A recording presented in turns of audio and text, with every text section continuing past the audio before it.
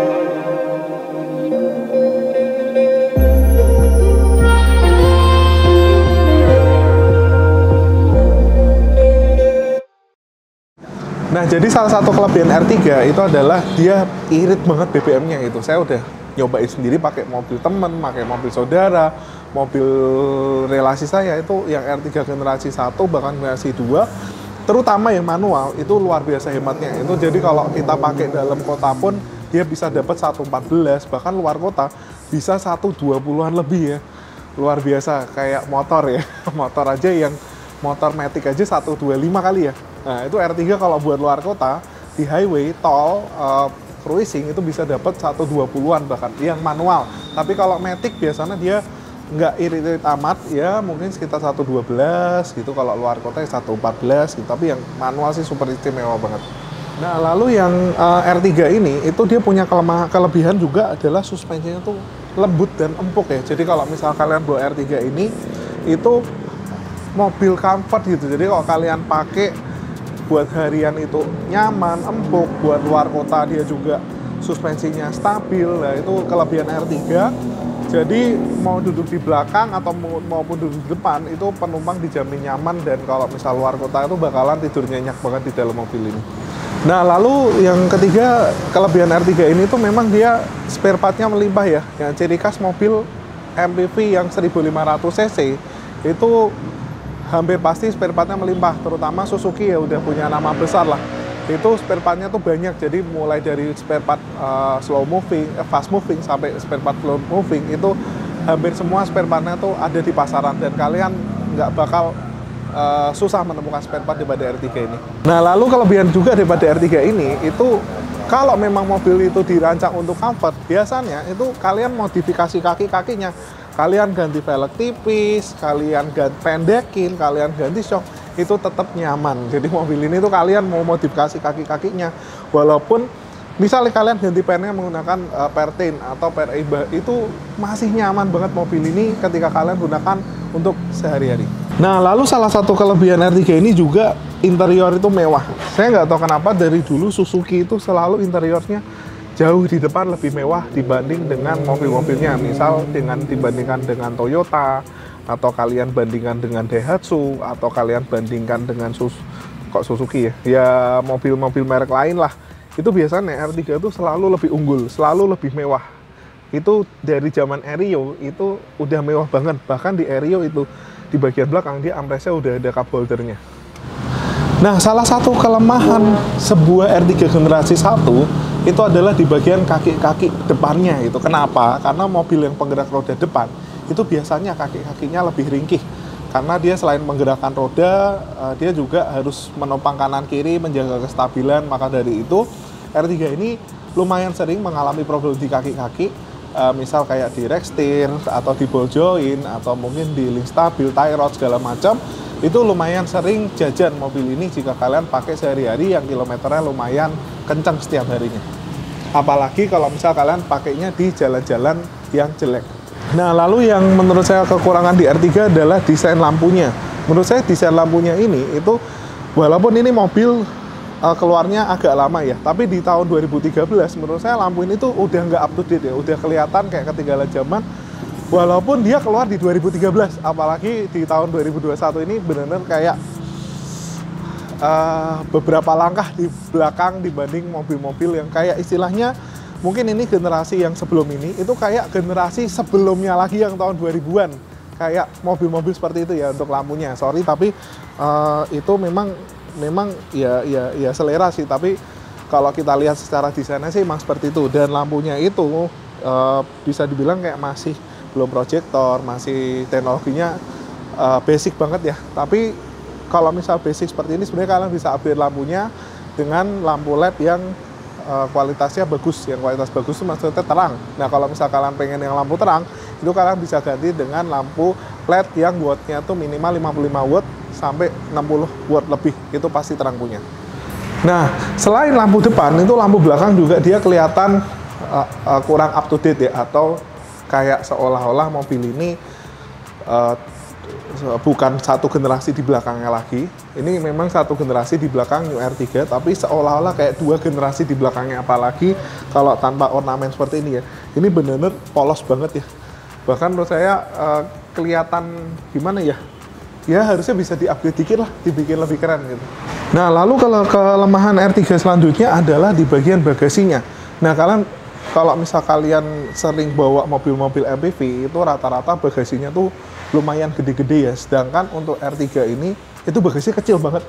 Jadi kalau misal kalian ini bawa koper, udah pasti kayak nggak bisa masuk ke dalam bagasi ini. Jadi bagasinya itu menurut saya kecil. Nah, lalu salah satu kelemahan juga di R3 generasi 1 sampai generasi 2 itu part modifikasi, khususnya di bagian mesin, itu dikit. Nah, jadi kalau misal kalian cari part modifikasi ya, kayak misal mungkin kalian, ya bukan yang kayak busi gitu ya, kalau busi sih mungkin universal, tapi misal kalian cari knalpotnya, lalu kalian cari part modifikasi di bagian air filternya, kalian pengen bikin oven filter, kalian pengen bikin tambahan pompa olinya pompa bensinnya lebih kencang atau apa, itu biasanya agak susah dibanding dengan brand-brand seperti Honda dan Toyota. Entah kenapa Suzuki itu part modifikasi untuk mesinnya itu limited banget, karena mungkin dari pabrikan part modifikasi mereka melihat bahwa R3 ini jarang dimodif, atau mungkin kalau misal dimodif biasanya nggak masuk ke segmen mesin, saya nggak tahu juga. Tapi sejauh saya survei sih jarang banget R3 yang modifikasi di bagian mesinnya, yang dibikin kencang, dibikin performance kayak gitu. Nah, lalu salah satu kelemahan R3 juga adalah dia nggak ada armrest. Nah, ini sudah jadi kelebihan ya, karena udah ada armrestnya. Tapi kalau misal dalam kondisi standar, itu R3 itu dia bener-bener di sininya tuh polos banget ya, nggak ada armrest, nggak ada console box, dan bahkan di bagian sini itu nggak ada cup holdernya gitu. Jadi kalau kita nyari di R3 tuh kerasa basic banget ketika kalian duduk di bagian depan gitu. Di bagian belakang juga, tapi di bagian depan terutama kalian bisa lihat maksudnya cukup basic. Itu AC-nya kayak gini masih putaran, lalu interiornya di sini aslinya, kalau ini sih udah di-update ya, aslinya masih karet-karet semua, joknya masih kain fabric, di sininya cuma panel silver, nggak ada ornamen sama sekali, lalu steinnya masih karet, di sininya basic banget. Pokoknya R3 itu kelihatan banget walaupun secara bentuk mewah, tapi material-material yang digunakan tuh basic. Jadi kalau misal kalian ngerasa R3 kalian kurang nyaman atau kalian pengen upgrade interiornya, itu kalian bisa pasang kaki jok kayak misal kayak gini nih. Kalian bisa tambahin kulit-kulitan di sini, tambahin kulit-kulitan di sini. Setirnya kalian ganti kulit asli seperti di R3 ini, lalu kalian bisa tambahin wood panel seperti ini. Nah, wood panel sendiri kalian bisa pilih gloss dan doff. Kalau misal kalian pengen kelihatan klasik, kalian bisa bikin gloss kayak gini. Nah, tapi kalau kalian pengen kelihatan agak modern, dinamis, kalian juga bisa ganti yang warna-warna doff. Nah, kalau jok sendiri R3 itu sebenarnya kalau originalnya itu rata ya. Nah, kalau misal kalian udah ganti paten seperti ini, itu rasanya kayak di mobil lain, bukan R3. Jadi kita duduknya lebih padat, kita duduknya lebih dipeluk sama joknya, apalagi ada armrest tambahan kayak gini, itu bikin nyaman banget waktu kita berkendara. Apalagi kalau misal R3 ini kalian sering pakai luar kota. Nah, di bagian road trim juga itu aslinya tuh kayak basic. Di sini nggak ada, ini cuma panel abu-abu. Ini kalian bisa lihat aslinya kain dan gampang banget kotor. Nah, kalau R3 sendiri sebenarnya kalau pengerjaan di door trim tuh mesti hati-hati banget, karena yang R3 generasi 1 itu door trimnya tuh gede banget. Nah, door trim yang gede banget itu dia punya banyak banget baut di bagian door trimnya. Nah, seringkali pemilik R3 lama ketika ganti jok biasanya sih jarang problem, tapi kalau misal ganti di bagian door trimnya itu sering banget problem, karena biasanya baut yang dipasang tuh nggak full, karena satu door trim ini kalau nggak salah berapa belas gitu. Kadang kan seat maker suka males kalau bikin bautin semua. Nah, itu bikin door trim ini tuh jadi nggak awet, jadi ambles kayak gitu. Nah, jadi kalau door trim malam mesti hati-hati banget untuk R3 ini. Nah, untuk door trim itu juga ini udah di-upgrade, dia menggunakan Vision Levante Natura. Nah, ini warnanya beige, ini warnanya abu-abu, dia cakep banget. Nah, jadi walaupun interior R3 ini sebenarnya tuh lumayan basic dan banyak part-part yang kalian bisa upgrade jadi kulit, sebenarnya nggak masalah, kalian tinggal bawa aja ke AG Jok untuk upgrade seperti ini. Nah, lalu karpet. Nah, biasanya kalau karpet R3 itu kan dia aslinya warnanya krem ya, jadi kalian bisa lihat nih. Nah, aslinya itu warnanya krem seperti ini, dan kremnya tuh gampang banget kotor, dan bahannya tuh tipis originalnya. Jadi kalau kita dudukin terkadang di bagian sini itu kurang nyaman ya, karena terlalu tipis gitu. Jadi kalau misal kalian pengen lebih nyaman lagi, itu gampang, tinggal kalian pasangin karpet aja, quill mat kayak gini, lalu kalian pasangin karpet dasar kayak ini supaya nggak kotor, bawahnya supaya terlindungi. Karpet quill matnya ini kalian bisa tambahin supaya ketika berkendara dia lebih empuk, jadi kayak gitu. Nah, kita review di bagian belakang juga ya untuk joknya. Nah, ini juga udah dipasang boot panel di agi jok ya. Nah, ini kalian bisa lihat nih boot panel, di sini boot panel, sampai setirnya ini boot panel juga, di sini kulit. Nih, ini udah kulit, stitching, baseball stitching, di sini juga baseball stitching. Kalau di sini sih stitching menggunakan mesin, kalau ini tangan, di sini juga menggunakan mesin. Ini boot panel full, dan di sini di boot panel full. Ini cakep. Nah, jadi gitu untuk tiga ini kita coba cek ke bagian belakang. Nah, di bagian belakang sendiri adalah tempat yang paling rawan kotor gitu, karena di bagian belakang biasanya kan isinya anak-anak atau orang tua. Ya biasanya kalau di bagian belakang itu kita harus wajib banget tambahin karpet, kayak misal karpet quill mat kayak gini, supaya kalau misal orang tua gitu kan, mereka lagi di dalam mobil, mereka ngelepas alas kaki, ya itu jadi lebih nyaman ya. Dan kalau karpet gini kotorannya biasa dia gampang masuk ke dalam, tapi juga gampang dikeluarin ketika dikebas-kebas gitu. Jadi kalau kita lepas sepatu seperti ini, nah lepas sepatu seperti ini sebenarnya ini cukup bersih. Nah, cukup bersih karena kotorannya tuh gampang merasuk ke dalam. Jadi kalau karpet-karpet yang lain kan, kalau karpetnya kotor, ketika kita lepas sepatu suka kakinya jadi kotor. Yang di quill mat ini enggak, jadi kakinya tetap bersih, jadi empuk, dan juga membersihkannya itu mudah, tinggal kalian copot aja, kalian kibas-kibas ke bagian tembok, biasanya dia langsung rontok kotorannya. Lalu kalau misal kotoran yang kondisinya kotoran itu dia lembek, itu dia ketika kering dia langsung terserap oleh karpet ini. Jadi kalau pas lembek sih tetap nempel ya, tapi begitu kering dia langsung keserap dan dia langsung gampang dibersihin. Nah, kalau R3 juga yang ini udah ada ampresnya, malah yang R3 generasi yang kedua itu generasi kedua yang awal-awal tahun 2018-2019 itu malah nggak ada ampresnya gitu. Nah, maka dari itu kalau misal kalian punya R3 itu yang nggak ada ampresnya, itu kalian bisa upgrade menggunakan ampres yang punya Innova Ribbon. Itu juga bisa di-upgrade seperti ini supaya lebih nyaman lagi ya ketika duduk di bagian belakang. Ini juga udah di-upgrade. Nah, ini door trimnya gede banget ya R3 ya, yang lama ini ya. Full door trim semua. Ini juga udah di boot panel menggunakan warna kayak dark brown kayak gitu, dengan finish gloss, dengan nuansa yang bener-bener klasik ya di R3 ini. Nah, jadi gitu bosku. Semoga konten R3 ini bisa bermanfaat, bisa jadi pertimbangan jika kalian lagi mau Minang R3 generasi 1, atau buat kalian yang punya R3 generasi 1 dan mencari inspirasi modifikasi interior. Thank you bos, sampai ketemu lagi di video selanjutnya.